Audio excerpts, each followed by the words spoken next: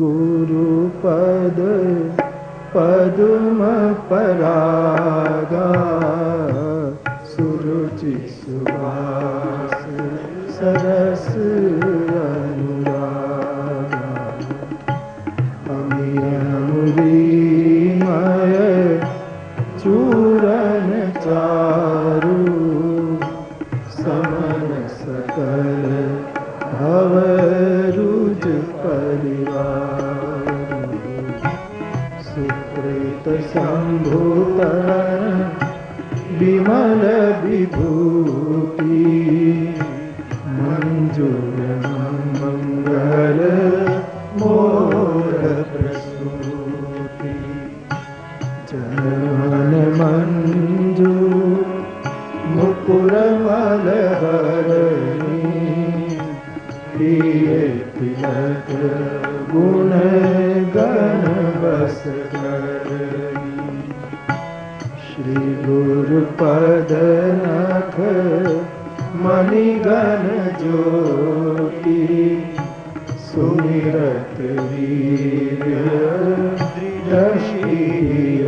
होती गलन मोहतम सोस प्रकाशु बड़े भाग पूरे आवरिदासु उगरहि बिमल विलोचन के मिटहि दोष दुख भवरजनी के सुजहि राम चरित मणि माणिक भुखत प्रकट जहाँ जो जेहि खानि तथा सुअंजन आदि दृढ़ साधक सिद्ध सुजान कौतुक देखत शैल बन भूतल भूरि निधान गुरुपद रज मृदु मंजुल अंजन नयन रमीय दृढ़ दोष विभंजन कर विमल विवेक विलोचन वर्ण चरित भवमोचन बंदौ गुरुपद पद्म परागा सुरुचि सुवास सरस अनुरागा बंदौ गुरुपद पद्म परागा सुरुचि सुवास सरस अनुरागा वंदे बोधमयं नित्यं गुरु शंकर रूपिणं यमाश्रितो हि वक्रोऽपि चन्द्रः सर्वत्र वन्द्यते। बोलिए हनुमान जी महाराज की।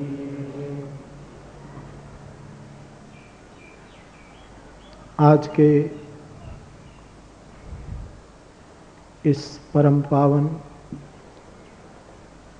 और महामहिमावंत दिन पर प्रतिवर्ष हम और आप इस चित्रकूट धाम में हनुमान जी की सन्निधि में गुरु वंदना के लिए एकत्रित होते हैं। मैंने हर वर्ष कहा है, फिर दोहराऊं कि ये उत्सव तो मेरा निजी था, क्योंकि इस भूमि ने मुझे बहुत दिया।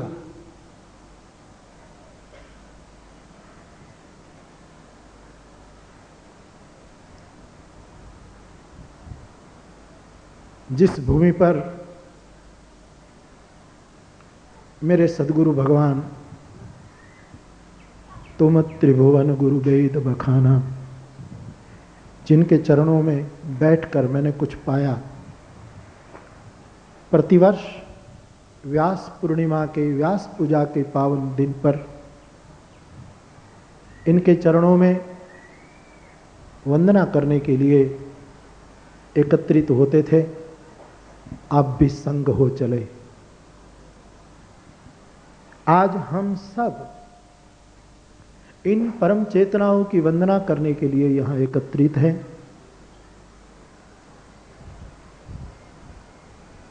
और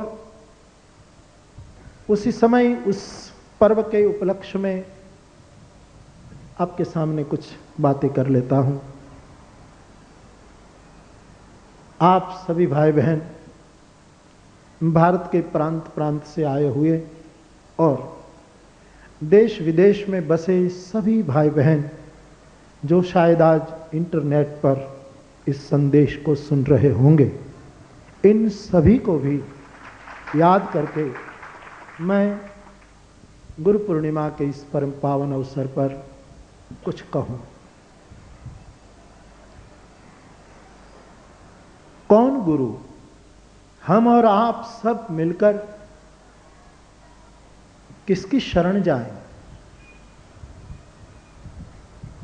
अभी टोरंटो में कथा थी तो एक व्यक्ति ने मुझे पूछ लिया, उसका जवाब भी मैंने बहुत स्पष्ट दिया था कथा में। उसने गोस्वामी जी के बारे में पूछा, कबीर के बारे में पूछा, शंकराचार्य भगवान के बारे में पूछा। अच्छी बात पूछी थी और बातों में मैं नहीं जाना चाहता, लेकिन उसने एक बात मुझे खास पूछी, उसका मैंने प्रत्युत्तर दिया था कि आप धर्मगुरु है कि सदगुरु है? मैंने कहा न मैं धर्मगुरु हूं न सदगुरु हूं, मैं केवल मुरारी बापू हूं।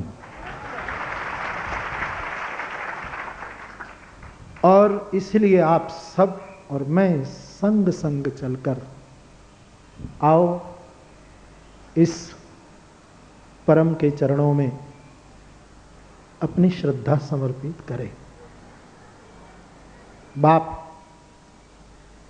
प्रतिवर्ष कुछ न कुछ जो समझ में आता है, गुरु कृपा से जो कुछ अनुभव में आता है, सो आपके सामने रखता हूं।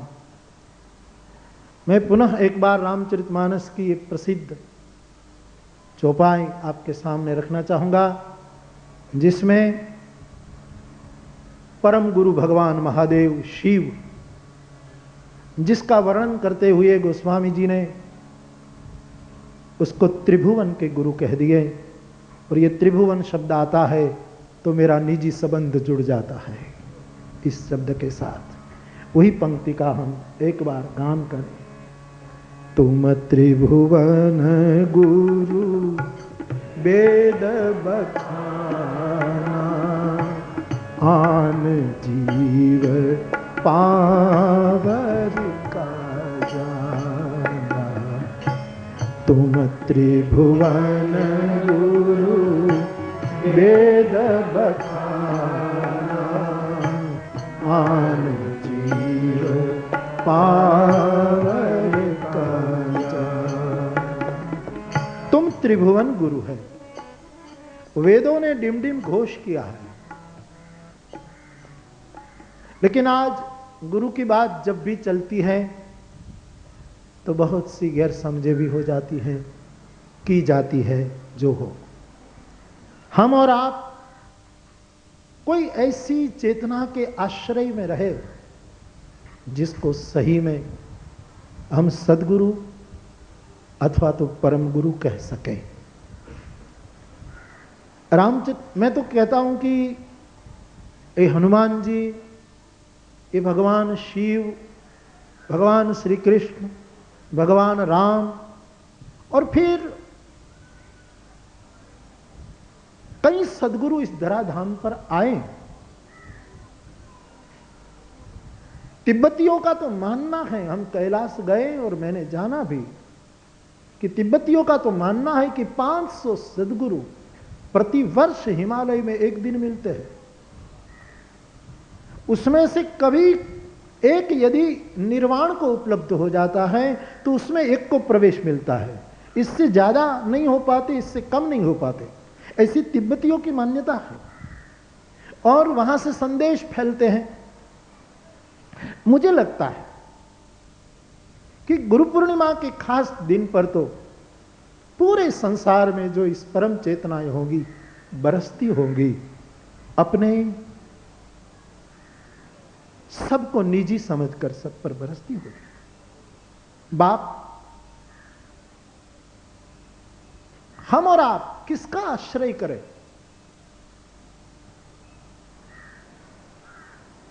कोई मुझे पूछता है कि किसको गुरु बनाए, किसको गुरु माने, तब मैं या तो हनुमान जी की ओर मोड़ देता हूं, या तो शिव की ओर मोड़ देता हूं, या तो कृष्ण की ओर मोड़ देता हूं। और उनमें भी उसको कुछ न दिल लगे तो फिर मैं मानुष की पंक्ति कह देता हूं, सद्गुरु ज्ञान विराग जोग के, विबुध वैद भव भीम रोग के।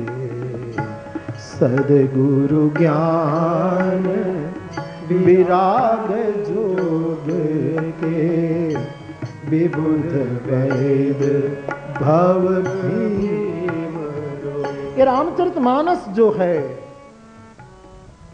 जिसकी रोटी हम खाते हैं, इस शरीर में जिसका अन्न जड़ है, ये मेरी खेती है। इसमें बोया त्रिभुवन दास दादा ने, वर्षा की हनुमान जी ने, फसल हम काट रहे हैं। वो सद्गुरु है, ये ग्रंथ सद्गुरु है। लेकिन गोस्वामी जी कहते हैं कि ये सद्गुरु क्या करते हैं? सद्गुरु ज्ञान विराग जोग के, विबुध वैद भव भीम रोग के। ज्ञान, वैराग्य और योग के ये सद्गुरु है। और मुझे लगता है कि हमको करीब पड़ेगा ये सद्गुरु। शिव तक पहुंच जाए तो सवाल ही नहीं, कृष्ण तक पहुंचना भी बड़ी दूर नगरी है। ये बहुत करीब पड़ रहा है, बहुत निकट पड़ रहा है आज के विश्व के लिए।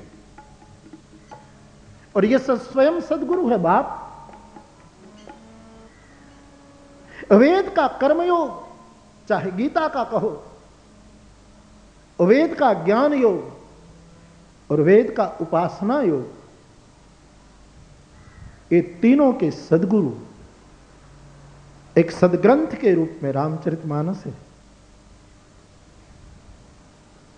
ज्ञान मानी ज्ञान योग, विराग मानी भक्ति योग। विराग मानी विशुद्ध राग, विराग मानी त्यागना भागना, ये यहां अर्थ अभिप्रेत नहीं है।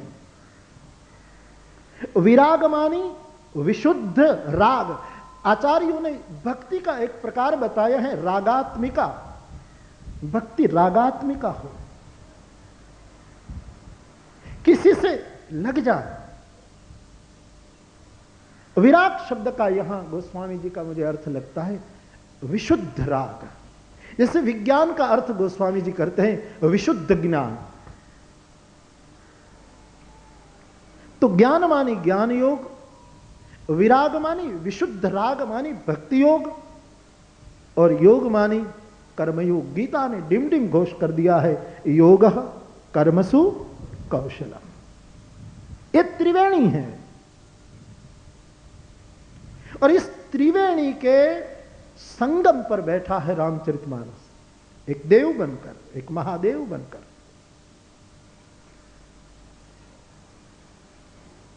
तो ये ज्ञान, वैराग्य और योग तीनों से भर दे और हमारे जीवन को इस संसार को छोड़कर हम जाएं, इससे पूर्व हम कृतकृत्य भाव महसूस करें। ऐसे कौन लक्षण हैं सद्गुरु के जहां हम अपने आप को धन्य समझें?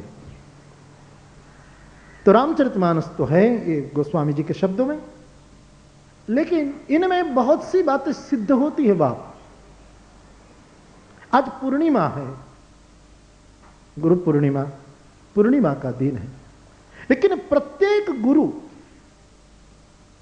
इनमें एक प्रतिपदा होती है, इनमें एक द्वितीया होती है, इनमें एक तृतीया होती है, इनमें एक चतुर्थी होती है, इनमें पंचमी, षष्ठी, सप्तमी, अष्टमी, नवमी, दशमी, एकादशी, द्वादशी, त्रयोदशी, चतुर्दशी, फिर पूर्णिमा आती।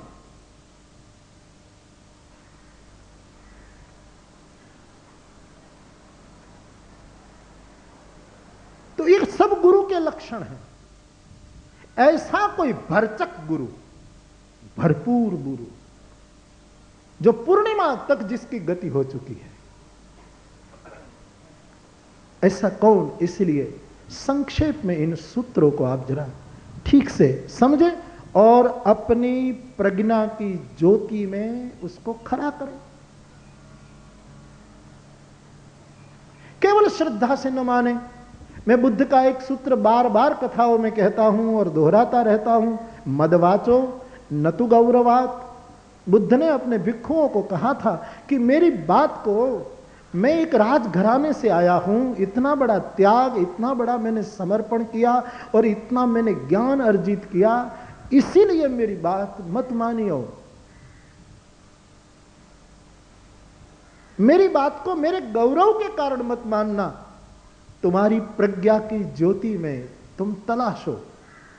हां, इस प्रज्ञा की ज्योति प्रकट करने के लिए किसी सद्गुरु के पास जाना पड़ता है, वो बात और है। क्योंकि मशाल लेकर कोई बैठा है, वहां जाना पड़ता है। फिर अपने इस चिराग की रोशनी में हम इसको तलाशें। तो आप जरा कुछ शास्त्र से, मानस के आधार पर और कुछ अनुभव में जो उतरा है सो आपके सामने रखो और हम और आप सब मिलकर फिर निर्णय करें। भरपूर गुरु कौन है? जो भरपूर है, जिसने पूरा पाया, जिसको जैसे छांदोग्य में कहा है कि इस जीव का एक स्वभाव है कि उसको अल्प पसंद नहीं, उसको अल्प में रुचि नहीं है, उसको पर्याप्त चाहिए। तो बाप, गुरु प्रतिपदा ये नई तिथियां हैं, आप समझिएगा। जो गुरु समर्पित है उनके लिए एक तिथि है गुरु प्रतिपदा। हां, आषाढ़ी बीज, महाबीज ये तो है ही, लेकिन गुरु समर्पित के लिए एक तिथि है गुरु द्वितीया, गुरु तृतीया, गुरु चतुर्थी, गुरु पंचमी, गुरु षष्ठी, क्रमशः। प्रतिपदा मानी एक पड़वो।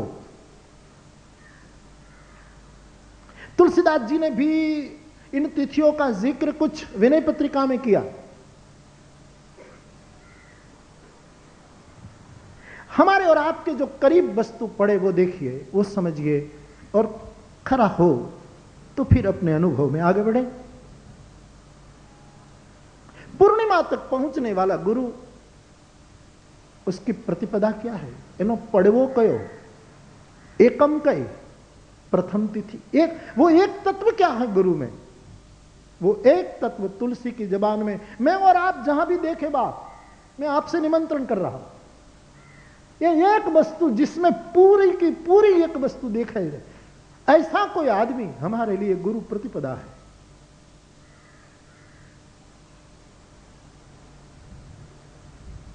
एक वस्तु गोस्वामी जी ने के शब्दों में, एक भरोसो, एक बल, एक आस, विश्वास। जिस महापुरुष के जीवन में केवल एक का ही भरोसा, एक का ही बल, एक की ही आश और एक का ही विश्वास, ऐसा गुरु प्रतिपदा है। लेकिन पूर्णिमा नहीं हो पाया, अभी प्रतिपदा है, अभी प्रारंभ है, शुरुआत हुई है।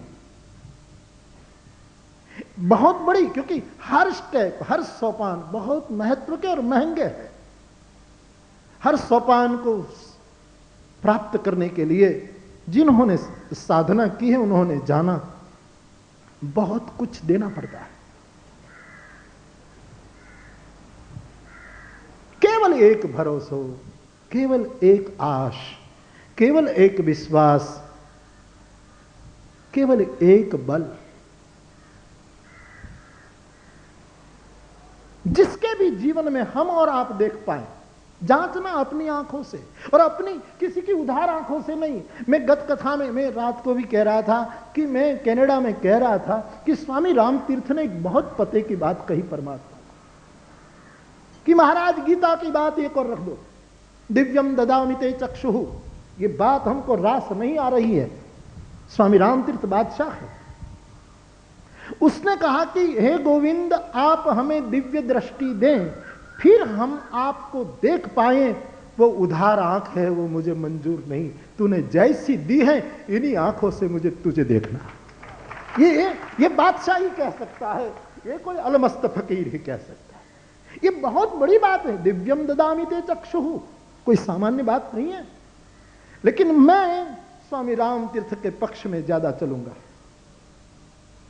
इसका मतलब यह नहीं कि मैं गीता से हट रहा हूं, गीता मेरे साथ साथ आएगी।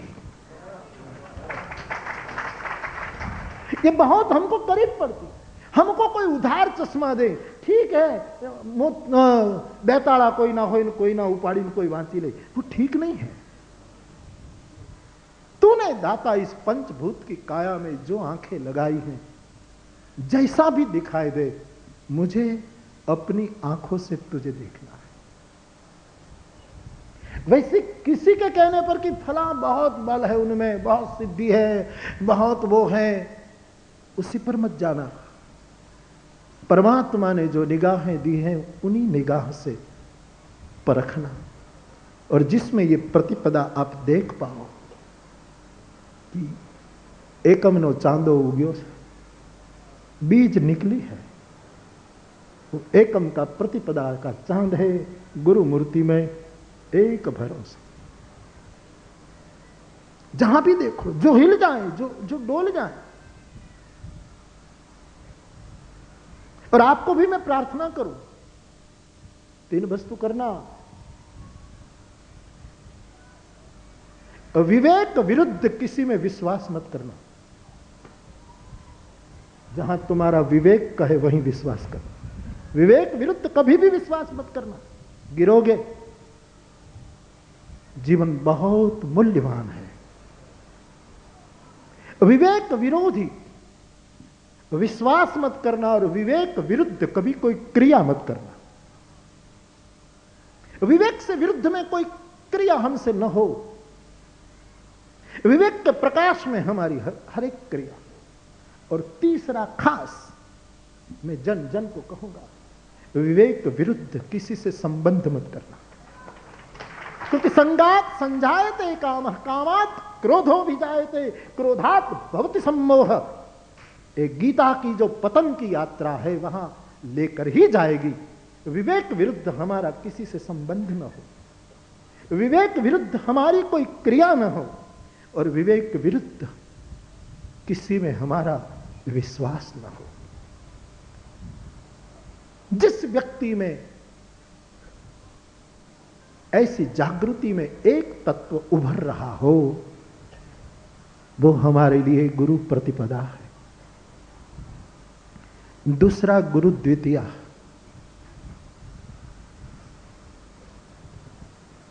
जिसके जीवन को देखकर हमें लगे जैसे हनुमान जी को देखते हैं। ये जो मैं कहने जा रहा हूं, ज्यादातर सब शिव जी को लागू होते हैं। शंकर में सभी घटते और उसके आधार पर रामायण में घटते। द्वितीया, दो। जिस परम को दो विचलित नहीं कर सकते, वो द्वितीया है। मैं याद करूं कवि श्री गोपाल दास नीरज को, यहां दुई की सुई न चुभती, घुले पतासा पानी में, यहां नाव में नदियां डूबे और सागर सीप समाना जी, ये मस्तों की प्रेम सभा है, यहां संभल कर आना जी। यहां दुई की सुई न चुभती।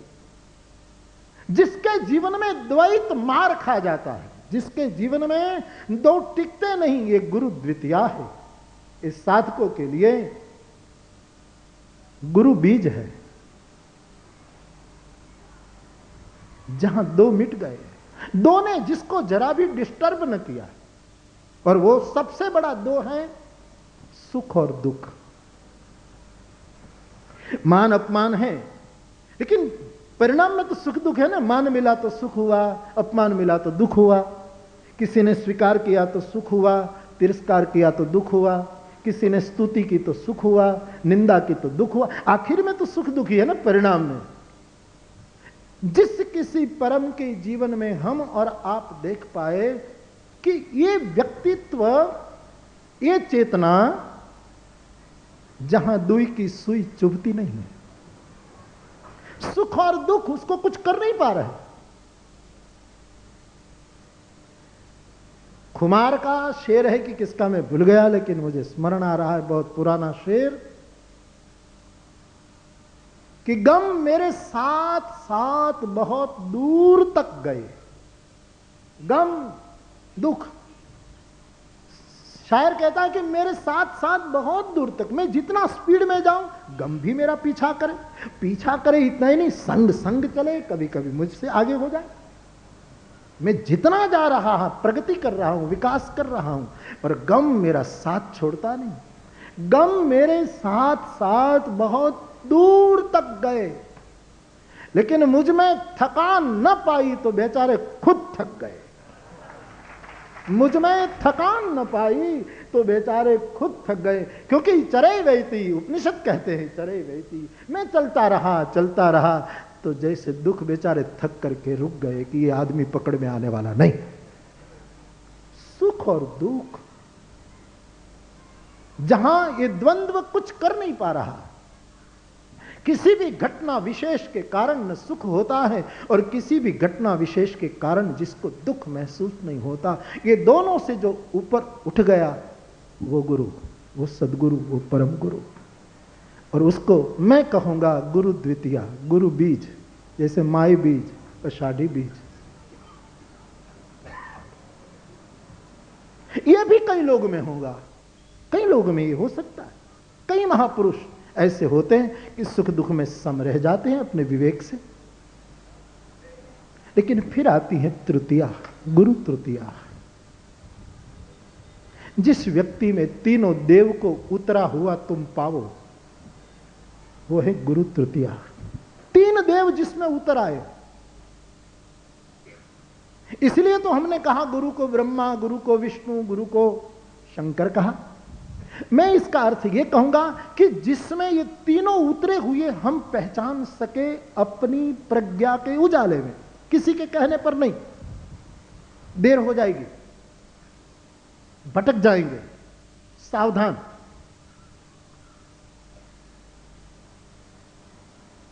जिसमें सर्जकत्व है, ये ब्रह्मा है। जिस गुरु में कुछ सर्जन करने की क्षमता है, सर्जकत्व है उसमें, और सर्जकत्व के बाद जिसमें पालन करने की भी क्षमता है, पालकपना भी जिसमें है, सर्जक भी है, पालक भी है। और लगे कि इतना निकालना जरूरी है, तब जो संहारक भी शिव की तरह बन सकता है। एक ही व्यक्तित्व जो कुछ सर्जन कर सकता है, कुछ अनारंभ सर्जन कर सकता है। बिना श्री गणेश किए फूल खिलने लगते हैं, कुछ सर्जन होता है, फिर निभा भी लेता है, पालन कर लेता है, और कुछ बेकार चीज का संहार भी करता है। ये तीनों वस्तु जिसमें दिखाई दें उसको समझना गुरु तृतीया। ऐसा कोई मिल जाए तो लोग गुजराती में कही ने आज हमें पूनम रहा छे, ऐसा कोई मिल जाए तब कहना आज हम गुरु तृतीया रहा छे। आज हम उस उजाले में अपने जीवन को प्रकाशित करने का संकल्प कर रहे हैं, व्रत लेकर बैठे। जो कुछ सर्जन कर पाता है, पालन कर पाता है और समय पर संहार भी कर लेता है, जो कूड़ा करकट है, जो अर्थहीन है, उसको निकालने का सामर्थ्य है, जिसमें ये तीन गुण जिसमें है, ऐसा गुरु गुरु तृतीया है बाप। लेकिन ये भी कई में होता है, कई लोगों में होता है। बनाए, सजाए, मिटाए कर सकते हैं कई लोग, लेकिन फिर एक आगे की तिथि गुरु चतुर्थी, गुरु चौथ, जैसे गणेश चतुर्थी वैसे गुरु चौथ। गुरु चौथ का मेरा अर्थ है, मेरी समझ के अनुसार, भागवत के न्याय से, जिस व्यक्ति में हम और आप पाए कि धर्म चतुष्पाद उतरा है, धर्म का चारों चरण जिसमें अखंड दिखाई दे रहा है, सत्य भी है, पवित्रता भी है, तप भी है और दया भी है। ए धर्म चतुष्पाद धर्म है। कोई भी हो जिसमें चारों दिखाई दे कि तप भी है, आदमी तपता है, सत्य भी पूर्ण मात्रा में झलका है, दया और करुणा जिसका स्वभाव है, और पवित्रता जिसकी संपदा है, जिस संपदा का वो मालिक है। ये चतुष्पाद धर्म हनुमान जी में दिखाई देता है, भगवान महादेव में तो सवाल ही नहीं, क्योंकि तुम त्रिभुवन गुरु वेद बखाना। चतुष्पाद धर्म, इसलिए तो रामचरितमानस ने डिम डिम घोष किया, मूलम धर्म तरोर विवेक जलधे। ऐसा गुरु धर्म का मूल है, धर्म की जड़ें हैं, जिसमें चतुष्पाद धर्म उतरा है। यह है गुरु चौथ, गुरु चतुर्थी। यह भी कई लोग में होता है। फिर आती है गुरु पंचमी, जैसे लाभ पंचमी, जैसे कई पंचमी, गुरु पंचमी।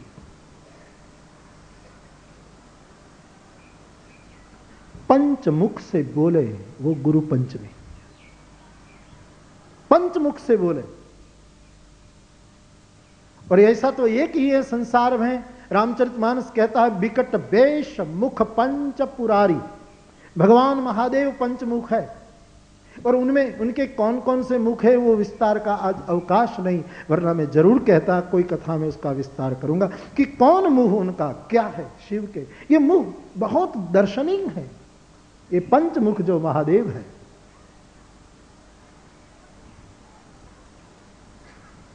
चार मुख से रामायण बोले और पांचवें मुख से मेरी दृष्टि, चार मुख से वेद बोले और मेरी दृष्टि से पांचवें मुख से रामायण बोले। हाँ, लेकिन ये तो मेरा भाव है, ये मेरी बात हो गई, मेरी निष्ठा हो गई, कोई न कबूल भी करे। लेकिन पंचमुख से बोलना, जो भी गुरु, मुख तो एक ही है, लेकिन पंचमुख से बोलना ये गुरु पंचमी है, और ये पंचमुख पंच सूत्र है।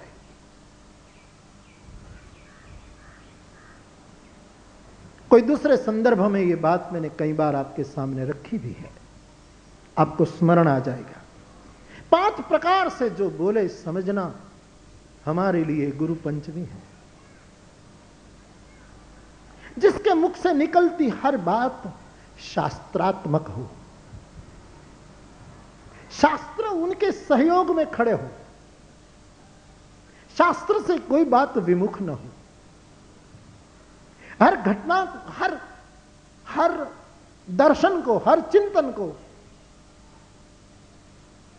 शास्त्र सहयोग करता हो, एक मुख जो शास्त्रात्मक हो। लेकिन शास्त्र तो बड़े बड़े विशाल है और संस्कृत में पाया गया जिंदगी बहुत अल्प है। कैसे इन सबको, इसलिए जिसका दूसरा मुख सूत्रात्मक हो, शास्त्र को सूत्र के रूप में पेश कर दे। गीता की दृष्टि में जो दीर्घसूत्री न हो, संक्षेप में पूरे शास्त्र का, जैसे 50 मन फूल एकत्रित करके उसको वो करके एक बॉटल इत्र निर्माण किया जाए, सारभूत सूत्रात्मक। एक दूसरा शास्त्रात्मक और साथ साथ सूत्रात्मक। लेकिन यह कुशलता भी कई लोगों में होती है कि बहुत वैदुष्य हो, बहुत शास्त्र याद हो और वक्तव्य की कुशलता हो कि सूत्रों में समझा दे, हो सकता है अधिकारी वक्ता ही कर सकते हैं। लेकिन बहुत आवश्यक तीसरे मुख वाली बात है, बात सत्यात्मक हो। यदि सत्यात्मक बात नहीं तो उसका कोई मूल्य नहीं। थोड़ी वाहवाह मिल जाए, लेकिन बिना सत्यात्मक वो सूत्र या शास्त्र स्वाहा नहीं हो सकता, जिसके पीछे सत्यात्मक हो, सत्य का बल हो। शिव जी इस ढंग से बोलते हैं, शास्त्रात्मक बोलते हैं, सूत्रात्मक बोलते हैं, सत्यात्मक बोलते हैं। लेकिन साथ साथ सत्यात्मक बात पेश की जाए तब एक चौथा सूत्र, ये चतुर्मुख चौथा मुख है, स्नेहात्मक हो, बड़े स्नेह से बोला गया हो, बड़ी प्रियता से बोला गया हो, स्नेह के साथ, जैसे सुखदेव परीक्षित के सामने स्नेह से बोल रहे हैं। हां, भगवान कृष्ण ने अर्जुन के सामने थोड़ी आंखें निकाली है, बात और है, क्योंकि युद्ध का मामला था तो असर हुई उसको, निहत्थे को भी।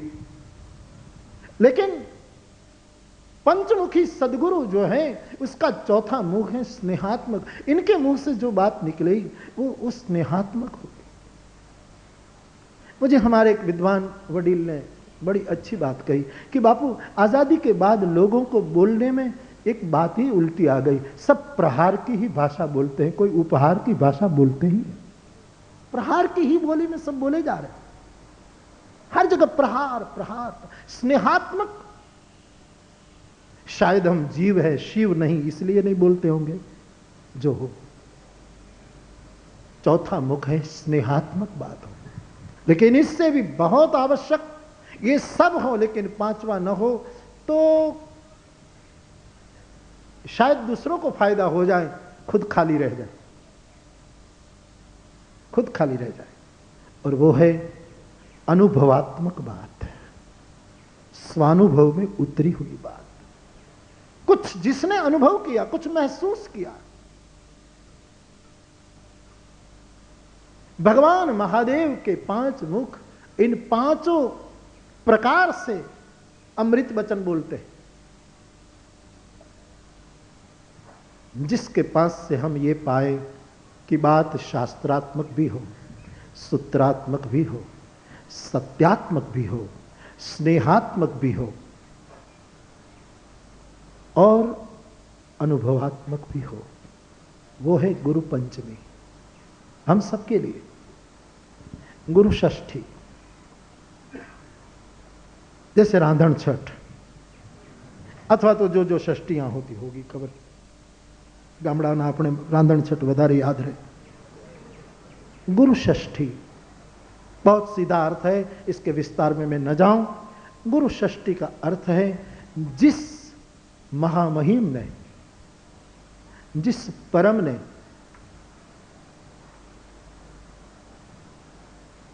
षड रिपुओं को प्रेम से विदा कर दिया। मैं खास शब्द प्रयोग कर रहा हूं, प्यार से विदा कर दिए, और वो भी राजी होकर चले गए कि यहां जगह नहीं है। भरी सराय रहीम लखी, पथिक आप फिर जाए।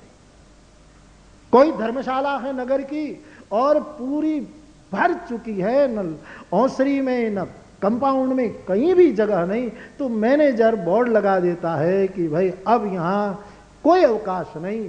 तो जो पथिक बैग बिस्तर लेकर आएंगे वो बुरा भी नहीं मानेंगे कि मैनेजर क्या करे, जगह ही नहीं है, उसको बुरा भी नहीं लगेगा। वैसे जिसका जीवन प्रभु प्रेम से इतना लबालब भर गया कि षड रिपु बैग बिस्तर लेकर आते हैं, लेकिन बोर्ड पड़ता है कि भरा हुआ है, यहां जगह नहीं है, इसलिए नाराज नहीं होते, उसको दुख भी नहीं होता और वो निकल जाते हैं। इसी प्रकार प्यार से जिन्होंने छहों को विदा कर दिए, मारे नहीं, दमन काटा बाटा नहीं, वो भी एक प्रकार है, वो भी है,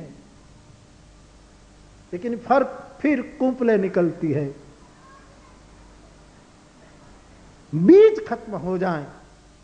इसलिए गोस्वामी जी कहते हैं कामादि दोष रहितम कुर्मान संच, हे हरि तू मेरे मानस को कामादि दोष से मुक्त कर दे, मेरा कोई बस की बात नहीं, मैं कुछ नहीं कर पाऊंगा।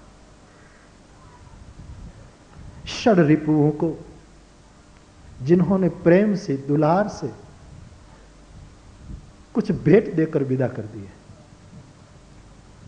काम को राम दे दिया, क्रोध को बोध दे दिया, मद को पादुका दे दी, बोले इसकी पूजा कर ले जा, तू भी राजी होगा और मैं भी चैन से रहूंगा। खाली हाथ नहीं भेजा, काम को स्मरण करा दिया कि तू किसका बेटा है, जरा याद कर तेरी परंपरा, कोई ऐसा तैसा नहीं है, तू कृष्ण का बेटा है, कृष्ण तनय हो यही पति थोड़ा। कुछ देकर, क्रोध को भेजा बोध देकर, कुछ दे दिया कि ले भाई तू जा, आया बड़े भाव से आया, लेकिन जगह ही नहीं और तू जा रहा उदास होकर, तो मैं कुछ दुख बोध देकर। मद को भेजा कोई परम का पद देकर, अभय पद, निर्भय पद, वो देकर भेजा, ले ये निर्भय पद, ले ये अभय पद, कुछ देकर भेजा।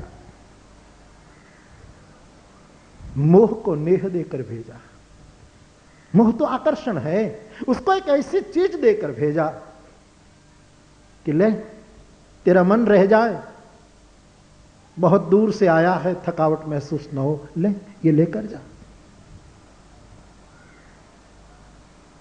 ऐसे कुछ दे देकर भेजा है। जिसके जीवन से षड रिपु बिना नाराज हुए कुछ पाकर लौटे, वो भी धन्य हुए। वो है ऐसी कोई हस्ती, वो हमारे लिए है गुरु षष्ठी, वो है महादेव। और कौन है? वो ये परम है, वो कर सकता है। लेकिन ये भी मानो किसी में हो कोई ऐसा दिव्य देव पुरुष महादेव के लक्षणों को अपने में उतार पाया हो, महादेव की कृपा से हो सकता है। लेकिन फिर भी पूर्णिमा तो नहीं है, अभी तो आधे रास्ते पर है। फिर गुरु सप्तमी है। सप्तमी के यहां दो अर्थ। हमारे शास्त्रों में आता है ज्ञान की 7 भूमिका है, उसकी चर्चा करने का अवकाश नहीं, मैंने कई कथाओं में चर्चा की भी है। तुलसीदास जी कहते हैं मानस में, ज्ञान मान जहाँ एको नाही, ज्ञान मान जहाँ एको नाही। ज्ञान और मान 2 शब्द लगाए और दोनों के 7 लक्षण, ज्ञान के 7 लक्षण, इसलिए मैं उसको सप्तमी कहने जा रहा। ज्ञान के 7 लक्षण और मान शब्द है, मान के भी 7। मान का अर्थ 2 होते हैं।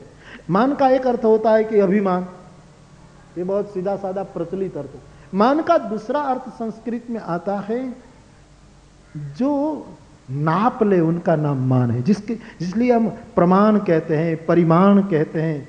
ये मान का संस्कृत अर्थ है कि जो मापे, जो नापे, नाप ले, उसको मान कहते हैं।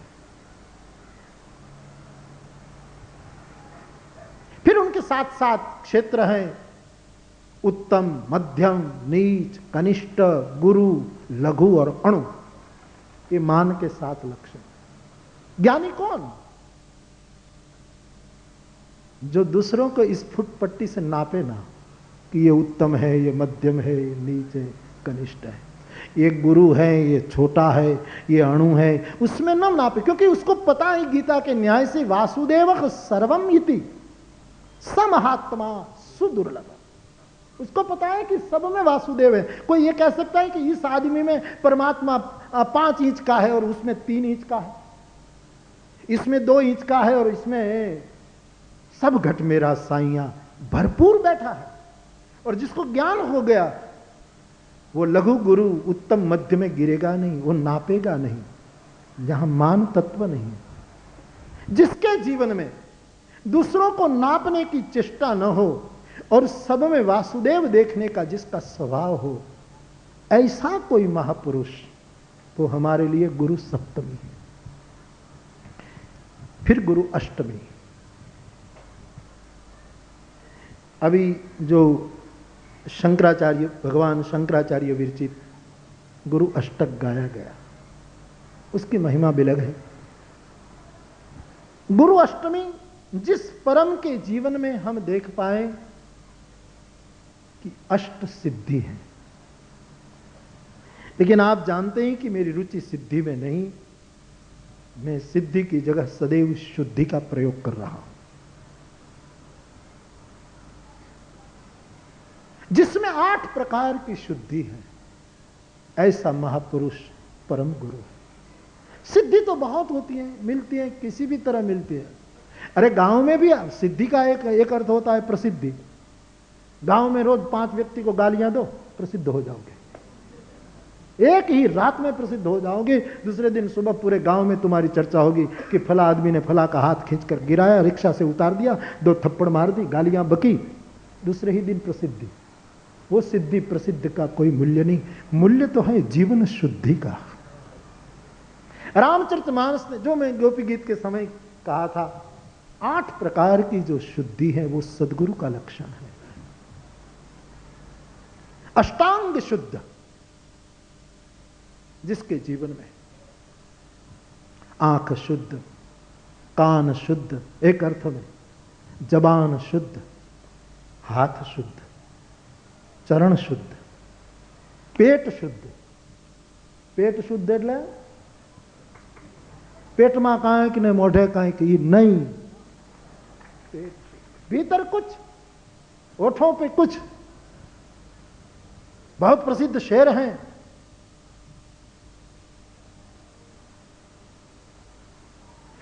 फूलों के बदन उनके कांटे हैं जुबानों में, फूलों के बदन उनके कांटे हैं जुबानों में, शीशे के दरवाजे हैं पत्थर की दुकानों में। दुकान पत्थर की, धंधा पत्थर का, खाना पाना बेचे से, दरवाजे सब शीशे के लगा दिए। चेहरे बहुत खूबसूरत, लेकिन जबानों में कांटक है। पेट की शुद्धि, उर की शुद्धि। अष्टांग शुद्ध व्यक्तित्व जब हमें मिले, कोई ऐसा परम मिले, देर मत करियो, वो जगाएगा। वो हमारे अंदर पड़ी प्रज्ञा को चेताएगा और फिर हम अपने ही प्रकाश में आगे बढ़ पाएंगे। अष्ट शुद्धि जहां भी हम देख पाए वो है गुरु अष्टमी। फिर गुरु नवमी, जिसमें भक्ति के 9 प्रकार दिखाई दे। श्रवणम, कीर्तनम, विष्णु स्मरणम, पाद सेवनम, अर्चनम, वंदनम, दास्यम, सख्यम, आत्मनिवेदनम। 9 प्रकार जिसमें भरपूर है। वो श्रवण भी करेगा तो तन्मयता से करेगा, वो गाएगा तो पूरी। आज मेरी आपको प्रार्थना है, जो करो ये करो, डबल न करो, 2 मत करो।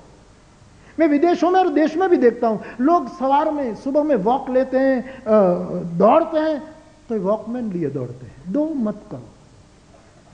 कितना अर्थवादी आदमी हो गया कि उसको वॉक भी लेना है और कुछ सुनता भी जाना है। 2 करो केवल कथा में कि माला भी करो और कथा भी सुनो, वहां चलेगा। क्योंकि कथा स्वयं जप है, जप स्वयं कथा है। लेकिन हर चीज में हम 2-2 करते जाते हैं। हां, वो सिद्धता आ जाए तो बात और ही है, कोई शतावधानी हो जाए श्रीमद राजचंद्र की तरह तो बात और है कि सब वस्तु चारों ओर हो फिर भी असंग हो। लेकिन हमारी ये परिस्थिति है कि हम बहुत बहुत कुछ न कुछ एक साथ कर रहे हैं, इसलिए बट जाते हैं। श्रवण करो तो तन्मय साज, श्रवणम कीर्तनम, कीर्तन करो तो चैतन्य की तरह, श्रवण करो तो परीक्षित की तरह, कीर्तन करे तो चैतन्य की तरह, स्मरणम पाद सेवनम, स्मरण करे तो प्रहलाद की तरह, ध्रुव की तरह, पाद सेवन करे तो भरत की तरह, अर्चनम करे तो पृथु की तरह, अर्चनम वंदनम, वंदन करे तो अक्रूर की तरह, दास्य करे तो मेरे हनुमान की तरह, और सख्य करे तो या तो अर्जुन की तरह या उद्धव की तरह सख्य करे, आत्मनिवेदन करे तो हमारी मानस की शबरी की तरह, अधम ते अधम अधम अति नारी तिन मह में मतिमंद अघारी, या तो विभीषण की तरह, नाथ दशानन कर में भ्राता निशिचर वंश, जन्म सुरत्राता सहज पाप प्रियताम सदेहा, जथा उलूकई तम पर नेहा। ये 9 प्रकार जिसमें दिखाई दे वो गुरु 9 भी है।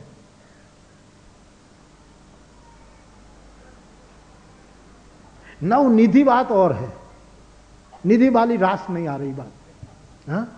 रिद्धि सिद्धि की बात इतनी रास नहीं आ रही।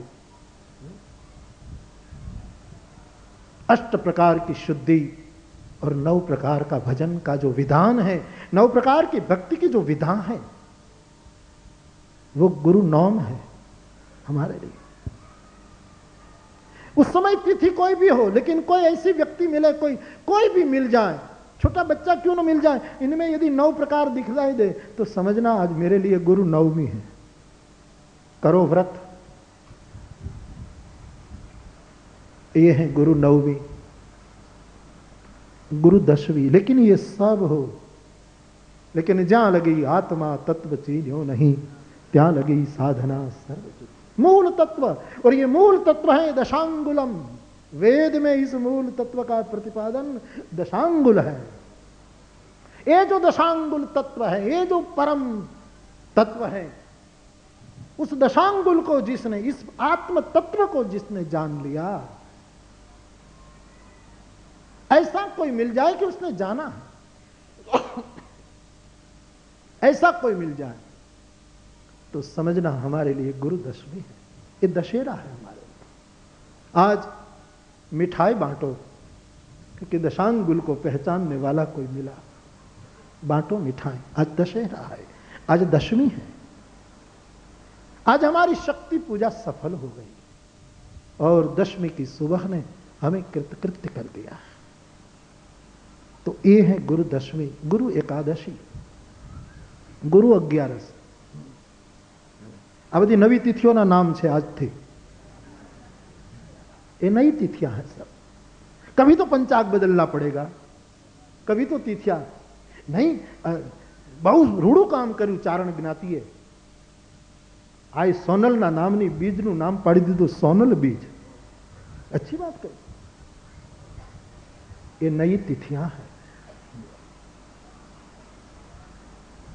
गुरु एकादशी क्या मतलब? पांचों ज्ञानेन्द्रिय, पांचों कर्मेंद्रिय और 11वां मन निराहार हो गए, वो एकादशी। अब 5 ज्ञानेंद्रियों को कोई विषय के आहार की आवश्यकता नहीं, वो उपवासी हो गए, आंख उपवासी हो गए। निश दिन रहत उदासी अखिया, हरि दर्शन की उदासी होगी। अब कोई भोग आंख को अच्छा नहीं लगता। निराहार जो गीता ने कहा, सभी इंद्रियां उपवास कर रही हैं और सभी इंद्रियों का प्रेरक जो मन है वो भी उपवास कर रहा है। प्रत्येक विषयों से इन 11 ने उपवास कर लिया, एकादशी कर ली, व्रत कर लिया। जिसके जीवन में अपनी आंखों से हम ऐसा देख पाए, बाप समझना एकादशी तक पहुंचा गुरु है, 11वीं सीढ़ी उसने सर कर ली, फिर द्वादशी। शिव के सब लक्षण है, ध्यान देना, मैं आखिर में उनकी ओर संकेत करने जा रहा हूं, वहां ये सब खरा होगा। द्वादशी, जिस परम के जीवन में द्वादश ज्योतिर्लिंग का भाव दिखाई दे, आंखों में सोमनाथ हो तो हाथों में केदार हो, पेट में वैजनाथ हो तो भुजाओं में रामेश्वर हो, कहीं भीम शंकर हो, मुख में महाकाल हो, कहीं नागेश्वर हो, त्र्यंबक हो। ये तीर्थों में तो द्वादश ज्योतिर्लिंग की महिमा है ही बाप। कई लोग मुझे कहते हैं, बाबू हमारा संकल्प है एक एक ज्योतिर्लिंग के पास जाकर एक बार रामायण सुनाए। बहुत अच्छा संकल्प है कि किसी ज्योतिर्लिंग के पास जाकर जो राम कथा सुनाने वाला है उसको कभी कोई सुनाए। मेरा महादेव बहुत खुश होता है, बहुत प्रसन्न होता है। यानी भांग रामायण से, और कोई भांग नहीं पीता, कुछ भी पिलाओ भांग देता है, तोड़ देता है कि ले जाइए। उनकी यदि नशे की कोई चीज है जो आठों पहर उसको मस्ती में रखती है, भोले बाबा को, वो है उनको कोई रामायण सुनाई, घुट घुट करके सुनाए, पिए, पी बाप पी, महादेव देव पी बाप। अजर है, अमर है, किसने रखा उसको? अमर रामायण में रखा है, वो पीता है, मस्ती में बैठा है। 12 ज्योतिर्लिंग जिसके जीवन में प्रकाशित होते हैं। ज्योतिर्लिंग मानी ज्योतियां। लिंग शब्द के तो बहुत गलत अर्थ कर दिए लोगों ने, संप्रदायवादियों ने, तंत्र परंपरा ने भी बहुत गलत अर्थ लगाए। जो हो उसकी चर्चा में हम न जाए, लेकिन ठीक कहा भारत के मनीषियों ने, उसको हम लिंग नहीं कहते हैं, ज्योतिर्लिंग कहते हैं। ये ज्योतियां हैं, किसी एक व्यक्तित्व में प्रकटी ये 12 ज्योतियां हैं।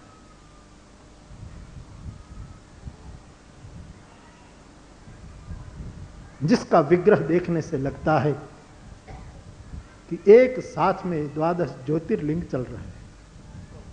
हमको जाना नहीं पड़ता, मानो ये सभी ज्योतियां हमारे घर तक पहुंचती हैं। वो है गुरु द्वादशी, गुरु त्रयोदशी। फिर दोहराना पड़ेगा मुझे। 5 ज्ञानेंद्री, 5 कर्मेंद्री, 11वां मन, और फिर 2 वस्तु और, एक चित्त और दूसरी बुद्धि।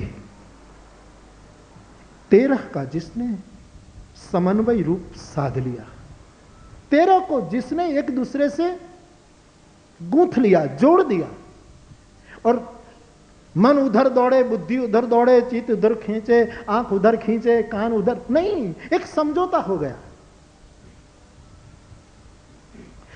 ये 13 को जो समझ लेता है उसके जीवन में दोष प्रवेश नहीं कर पाते, कोई दोष उसको उसमें प्रवेश नहीं कर पाते। ये ऐसा कहीं दिखाई दे कि जिसके जीवन में 13 का मेल है। शिव का चित्त देखिए, सदा प्रसन्न चित्त है। शिव की बुद्धि देखिए, जिसकी बुद्धि से गंगा निकलती हो उसकी बुद्धि कैसी होगी? परम पावनी बुद्धि। अहंकार के तो देवता है ही, अहंकार शिव। ये है त्रयोदशी। गुरु चतुर्दशी, 14, चाहे कृष्ण पक्ष की हो चाहे शुक्ल पक्ष की हो, लेकिन पूर्णिमा तक जाना है तो यहां शुक्ल पक्ष की अभिप्रेत है चतुर्दशी।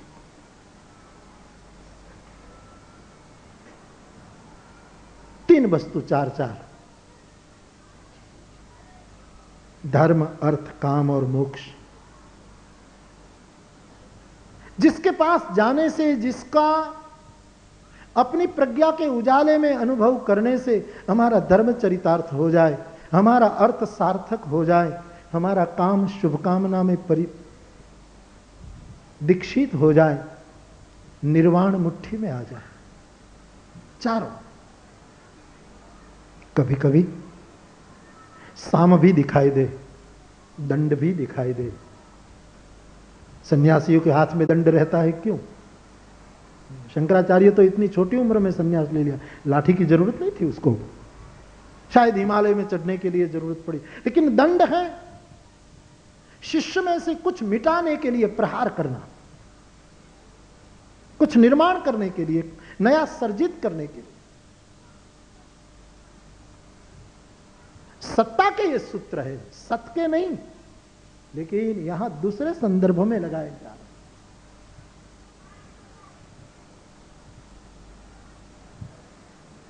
तो ये चार उसके साथ मिले, 8 हो गए। 4 और फिर अंतःकरण को लाना पड़ेगा, मन, बुद्धि, चित्त और अहंकार। चारों दीक्षित जो कर दे, मन को अमन कर दे, बुद्धि की शुद्धि कर दे, चित्त को प्रसन्न कर दे, अहंकार को समर्पण में दीक्षित कर दे, बदल दे, कर दे। और 2, जिसके जीवन में क्रोध रूपी चांडाल कभी प्रवेश न करता। क्रोध को शास्त्रों ने चांडाल कहा है, इसलिए भगवान शंकर को हम बोध रूप मानते, वंदे बोधमयम नित्यम। बोध रूप। शंकराचार्य महाराज ने कहा, मैं ब्रह्मचारी नहीं, मैं गृहस्थ नहीं, मैं वानप्रस्थ नहीं, निज बोध रूप, मैं बोधमय हूं। बहुत पुरानी कथा है ना कि एक ब्राह्मण देवता पर राजा बहुत अप्रसन्न हो गया और राजा ने कह दिया कि तुम हमारा नगर छोड़कर निकल, देश निकाला दे दिया। ब्राह्मण देवता, परिवार बड़ा, बेचारा दुखी हो गया, रोता रोता निकला। तो एक चांडाल था, वो रास्ते में मिल गया, पूछा दूर से, भूदेव बाप जी आप क्यों रो रहे हैं? बोले राजा ने हमको देश निकाला कर, बहुत क्रोध में आकर हमको निकाल दिया। बोले मत जाइए, थोड़ी देर रहो, मैं अभी आया। वो आदमी राजा के द्वार पर पहुंचता है, सुबह का समय है और राजा अभी अभी अटारी में निकला है। तो चांडाल ने कहा, अरे मालिक जोहार हो। बोले क्या बात है? बोले मेरा भाई आपके घर में घुस गया, उसको निकाल दो। अरे तेरा भाई और राजप्रासाद में? बोले घुस गया है। बोले वो कौन? बोले उसका नाम है क्रोध, वो मेरा भाई है। और आपने इस क्रोध चांडाल के माध्यम से एक ब्राह्मण देवता का अपमान करके निकाल दिया। राजा को भान होता है और उसको बुला, क्रोध। और बहुत बड़ा रूप जिसको मैं मानता हूं और इस पर बहुत बल देता हूं, द्वेष। जिसके जीवन में द्वेष न दिखाई दे, क्रोध न दिखाई दे, और इन 12 और वस्तुओं को जिसने अपने जीवन में प्रतिपादित कर दिया है, वो है गुरु चतुर्दशी। फिर है गुरु पूनम। इतनी यात्रा के बाद जो तिथि आती है, उस तिथि का नाम है गुरु पूनम। जिसके पास 15 नेत्र हो वो पूर्णिमा। शंकर के पास 15 नेत्र है। 15 नेत्र वाला आदमी जिसके पास 15 आंख है, एक आंख योग की है, एक आंख ज्ञान की है, एक आंख विवेक की है, एक आंख वैराग की है, एक आंख भाव की है। 15 नेत्र जिसके जीवन में खुल चुके हैं, वो पंचदशी है। वो 15 नेत्र वाला कोई मिल जाए, प्रतिपदा से लेकर पूर्णिमा की यात्रा, ये 15 नेत्र खुल जाए तब पूरी होती है। और मुझे कहने दो कि ये 15 नेत्र तक जो पहुंच गया, ऐसी गुरु पूर्णिमा को कोई ग्रहण नहीं नड़े। कोई राहु पैदा नहीं हुआ है, कोई केतु पैदा नहीं हुआ है कि इस तरह की गुरु पूर्णिमा को कोई ग्रस ले। इसलिए हनुमान जी को जब हम मानते हैं, शिव को मानते हैं, और जिसको मैं त्रिवेणी बोलकर कहा कि सदगुरु ज्ञान विराग जोग के रामचरित को मानता है, क्योंकि ये सब ऐसी प्रतिपदा से पूर्णिमा तक की यात्रा कराने वाले गुरुजन हैं। ऐसे गुरु का जिसको आश्रय हो उसको ग्रहण बेचारा ग्रहण क्या करे। राहु तो कमजोर को पकड़ेगा, केतु कमजोर को पकड़ेगा, वो खुद डरते हैं। इसी तरह जो गुरु पूर्णिमा की यात्रा में पहुंचे हैं, जो परम चेतनाएं, मुझे ये कहना था कि कोई कोई मिल जाता है प्रतिपदा वाला, कोई द्वितीया वाला, कोई तृतीया वाला, पूरा कैलेंडर तो मिलता है महादेव में, जिसमें सब तिथियां मौजूद है। हनुमान जी में, रामचरितमानस में सब मौजूद हैं, कोई कमी नहीं। जहां वहां जाने से हम कह सकते हैं, कह कबीर में पूरा पाया, अथवा तो मानस के शब्दों में पायो परम विश्राम। तो गुरु पूर्णिमा मेरी समझ में कुछ ऐसी यात्रा है, प्रतिपदा से लेकर पूर्णिमा तक जो पहुंचा है, ऐसा कोई मिल जाए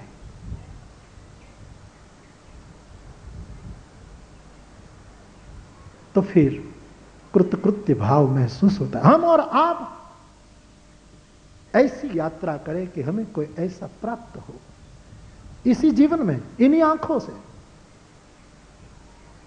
ये नई जो शताब्दी शुरू हुई है उसी में ऐसा कोई मिले तो हमारी गुरु पूर्णिमा चरितार्थ होगी। तो हमारी खोज इस तरह की हो, इन लक्षणों को देखते देखते हमारी प्रज्ञा के उजाले में हम यात्रा करें। गुरु पूर्णिमा के दिन हम कुछ न कुछ गुरुओं को देते हैं, ये श्रद्धा है।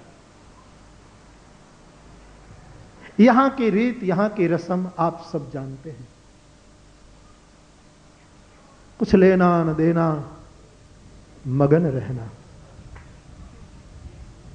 केवल इतना जरूर कहूं हनुमान जी के आश्रय में कि गहरी नदियां नाव पुरानी, गहरी नदियां ये नाव पुरानी,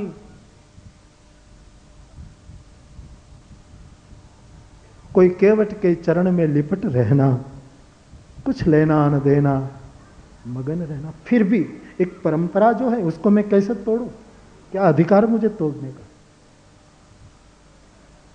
क्योंकि व्यक्ति को चाहिए कि गुरु के पास कुछ रखा जाए। तो हम हनुमान जी के चरणों में, रामायण जी के चरणों में, महादेव के चरणों में, कृष्णम वंदे जगतगुरु के चरणों में क्या रखेंगे? कुछ तो रखना पड़ेगा ना।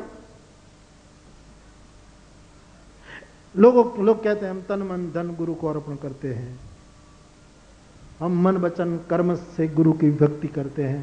तो ये तन मन धन वाली बात निकाल दूं मैं। ये धन आता है इसलिए उसको हटा रहा हूं। तन का भी गैर अर्थ मत करना, क्योंकि तन के भी बहुत गैर अर्थ लोग ले लेते हैं। लेकिन 3 बात करें हम और आप, मन वचन और कर्म से गुरु को कुछ दे।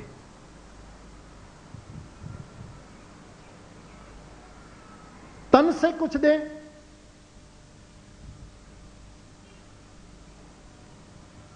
वचन से कुछ दे, मन से कुछ दे। 3 बात। और कुछ स्थूल रूप में लेना देना नहीं। मैं और आप ये कर सके तो बहुत अच्छा है। मैं केवल प्रस्ताव रख रहा हूं, सोचिएगा। गुरु को वचन देना का मेरा मतलब परम के आगे कभी झूठ मत बोलना। 1 ही 2 बस, और कुछ नहीं। कि मेरा जो परम है, इनके पास कुछ भी हो जाए मैं झूठ नहीं बोलूंगा, बस असत्य ना। ऐसा मैं क्यों कहता हूं? कुछ जानबूझकर कह रहा हूं, क्योंकि हम इन परमों के चरणों में श्रद्धा भी रखते हैं और सरासर झूठ भी बोलते हैं। बाप झूठ साधना को जला देती है।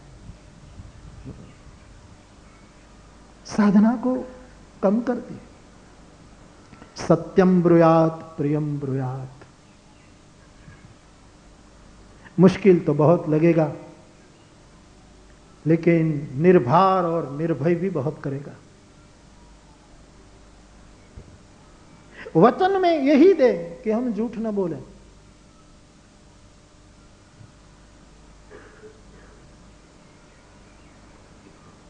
और जब धर्म के नाम पर झूठ आता है तब तो बहुत विचित्र बात बन जाती। हमारे भगत बापू, कवि काग बापू, उसने बहुत लिखा, लेकिन एक भजन उसका, कई कविताएं उसकी बिना छपे रह गई। इनमें से एक बात मुझे बहुत अच्छी लगी, सो कहूं, शायद कभी कही भी है। वो छपी नहीं बात। कवि ने धृतराष्ट्र को बुलवाया, उकसाया। धृतराष्ट्र जा रहा है और कवि काग उसको बुलवाते हैं कि धृतराष्ट्र 1 मिनट खड़े रहो, मैं कवि हूं, मेरी मानो और मुझे थोड़ा जवाब दो। कवि कर सकता है। खड़े रहे धृतराष्ट्र और कवि ने पूछा कि आपके पास संसार को कुछ आदर्श के रूप में देने की कोई चीज है, जाते जाते, कि आदर्श के रूप में आप दे सके कि लो भाई मैं ये कहकर जा रहा हूं दुनिया को, ये संदेश कोई है?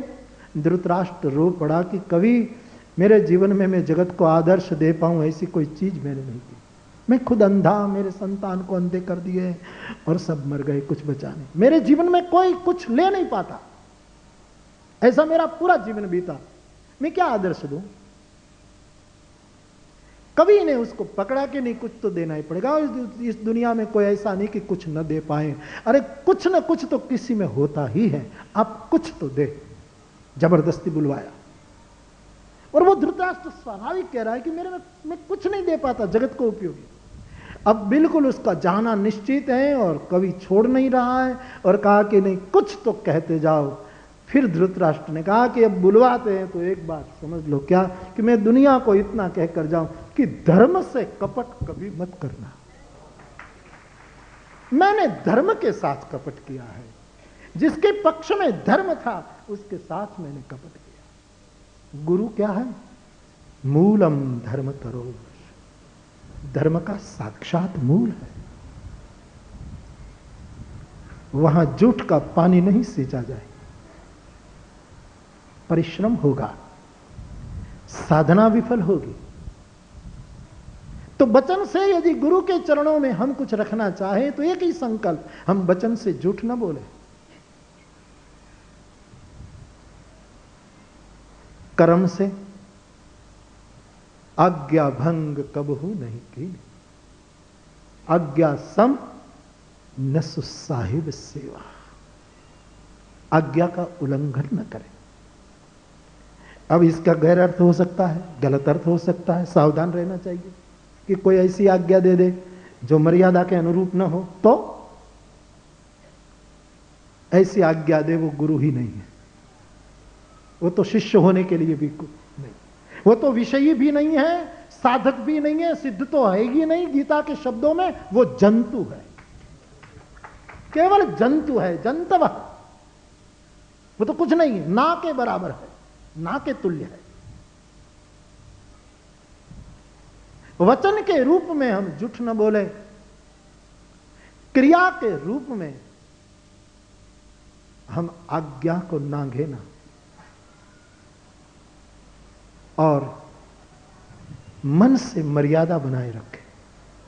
मन के चिंतन में भी मर्यादा का उल्लंघन न हो। मन की कोई भीतरी परतों के पीछे भी कहीं मर्यादा का उल्लंघन होने का सोच न हो। ये 3 वस्तु हम दे पाए, मानसिक मर्यादा बनी रहे, तन्मय मनः शिव संकल्पमस्तु, क्रिया से आज्ञा भंग न हो और जबान से सत्य का भंग न हो।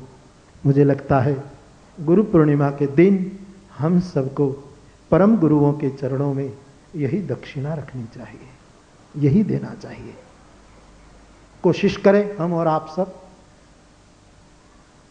कोई एक जगह तो ऐसी रखो कि जहां हम धोखा न करें। हाँ, कोई एक जगह तो रखो कि जहां हम आज्ञा का अनादर न करें। कोई ऐसी जगह तो रखो जहां हमारा मानसिक चिंतन मर्यादा से विपरीत न चले। यही होगी गुरु दक्षिणा। और आखिर में 3 काम करना। अब विदा दे रहा हूं, अभी उठना मत, भोजन करना, प्रसाद लेना, फिर जाना। मैं कल भी रात को बोला था किसी को जल्दी हो, भोजन में भीड़ हो, और बापू ने कहा और बिना भोजन जाए तो अपशुकन होगा। अपशुकन बपशुकन यहां आते नहीं, ग्रहण नहीं आ रहा है, फिर अपशुकन बेचारे छोटे। इसलिए इसी चिंता में मत रहना, लेकिन प्रसाद लेकर जाना। फिर भी बहुत दूर दूर से आए, विदेशों से भी कितने भाई बहन आए, तो कुछ बाता तो देना चाहिए। आप मुझे बापू कहते हैं,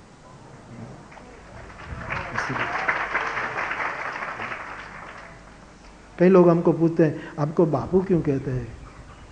हमने कहा हम साधु कुल में जन्म लिया है, और साधु के बच्चे को छोटा हो तभी से लोग बापू कहते हैं। तो बापू मानी बाप। तो जब आप जा रहे हैं तो थोड़ा संबल, थोड़ा भाता आपको दे दूं, और वो है 3 सूत्र के रूप में। पहला, व्यक्ति से प्रेम करना, व्यक्ति की पूजा नहीं। हम व्यक्ति पूजा में डूब जाते हैं और फिर से गलत परंपराएं शुरू हो जाती। व्यक्ति पूज्य नहीं, व्यक्ति प्रेम करने योग्य है। हम पूज लेते हैं, प्रेम नहीं करते, क्योंकि पूजना आसान है। चोखा चढ़ा दिया, कुमकुम चढ़ा दिया, नारियल रख दिया। मेरे पास नारियल आते तो मैं शर्मिंदा होता हूं कि मैं कोई खोड़ियार नो दरोज हूं, मैं कोई पिराणु हूं। मैं तो दे देता हूं, मेरा बस चलेगी, कहीं हनुमान जी के पास रख दो, कहीं माता जी के पास रख दो, कहीं अच्छा लगा दो। व्यक्ति से प्रेम करो बाप, सब नर करगी परस्पर प्रीति। व्यक्ति व्यक्ति से मोहब्बत करे। विश्व की ये मांग है, मेरा बस चले, चलता नहीं लेकिन चले। यूनो में कई साधु संतों को इस बार बुलाया जा रहा है, कई महात्माओं को, एक 3 दिन का यूनो में। तो मेरे पे दबाव आ रहा है कि आपको 3 दिन वहां आना ही है। अगस्त में 3 दिन का यूनो में सब धर्म के महात्मा लोग जाएंगे। मेरा तो मौन लग जाएगा, इसलिए असंभव है, मैं नहीं जा पाऊं। लेकिन यदि मेरा बस चले और यूनो मेरा माने, तो यूनो की दीवार पर मैं ये लिखवा दूं कि प्रेम देवो भव, सब नर करहि परस्पर प्रीति। व्यक्ति व्यक्ति से प्रेम करे। पूजा तो बहुत आसान है, कर ली, बात खत्म हो गई। व्यक्ति पूजा ठीक है, अच्छी है, चलो, लेकिन खतरे भी बहुत है, उसको अनदेखा न करे। व्यक्ति से प्रेम करे। ये मेरी ओर से आपको थोड़ा नाश्ता है, आप लेकर जाना। भूख लगे तो खाना, वरना चींटियों को दे देना, गिरा देना, किसी को दे देना। व्यक्ति से प्रेम करना बाप। और जब व्यक्ति व्यक्ति एक दूसरे से प्रेम करेगा तो इस विश्व कितना सुंदर होगा, इतना सुंदर होगा। हम व्यक्ति की पूजा कर लेते हैं ताकि प्रेम से, खतरे से बच जाए, इससे अपने आप को बचा लेते हैं। व्यक्ति को प्रेम करना और व्यक्तित्व की पूजा करना। प्रत्येक व्यक्ति में जो त्व है, इस त्व का महिमा है। त्व न हो तो व्यक्ति का कोई मूल्य नहीं। जहां कोई व्यक्तित्व मिले किसी भी रूप में, उसकी जरूर पूजा करना, व्यक्ति की नहीं, उसमें जो त्व है, जिसके कारण उसका व्यक्तित्व उभरा है, उसकी पूजा करना। व्यक्तित्व की पूजा होनी चाहिए। व्यक्ति को प्रेम नाश्ता है। यह है थेपला, मैंने जो बनाया है अभी ताजा ताजा। और थेपले तो 2 दिन में खराब हो जाते हैं। फ्रिज की व्यवस्था है तो ज्यादा टिक सकते हैं, लेकिन मुझे लगता है ये थेपले यदि आप ठीक से रखो तो जीवन भर चल सकता है। प्रेम अमर है, प्रेम अमर है। मेरा देश, मेरा राष्ट्र, मेरा विश्व एक दूसरे से प्रेम करें बस, क्योंकि मेरे राम को यही रास आ रहा है। राम ही केवल प्रेम पियारा, राम ही केवल प्रेम पियारा, जाने ले जो जाननी, जाने ले जो जाननी। व्यक्ति से प्रेम करना यह है थेपला। व्यक्तित्व की पूजा करना यह है सूखी भाजी। रास्ते तक चले, बाट पूरी हो जाए, सूखी भाजी है व्यक्तित्व की पूजा। कहीं रामकृष्ण परमहंस मिल जाए, घूमती है ऐसा मुझे लगता है, ये घूमती है चेतना हमारी प्रतीक्षा में है कि कोई पुकारे हमें, कहीं रमण घूम रहा है। और आज तो खास, आज का दिन तो इन बादशाहों को बाहर निकलने का दिन है।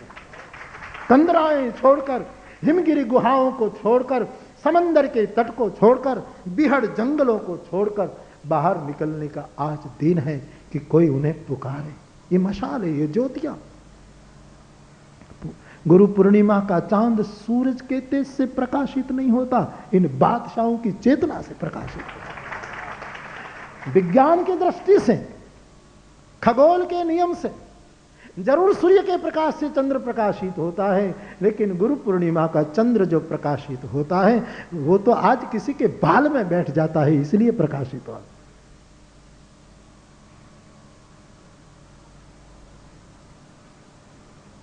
व्यक्तित्व की पूजा करना। कोई नानक मिल जाए, कोई कबीर मिल जाए, कोई एकनाथ ज्ञानेश्वर मिल जाए, कोई नामदेव मिल जाए, कोई मीरा मिल जाए, दूर सुकम जाइए, कोई जूनागढ़ की बीथी में मैं तो नरसिंह मिल जाए, कहीं कोई मिल जाए, इन चेतनाओं से उनकी पूजा, उनकी वंदना करें। रुको, हमें सर झुकाने दो। ये सर इसीलिए आज तक ऊंचा रखा था कि योग्य व्यक्ति मिले तब झुके, जहां तहां न झुके, इसलिए आज मिल गए, अब झुकने दो।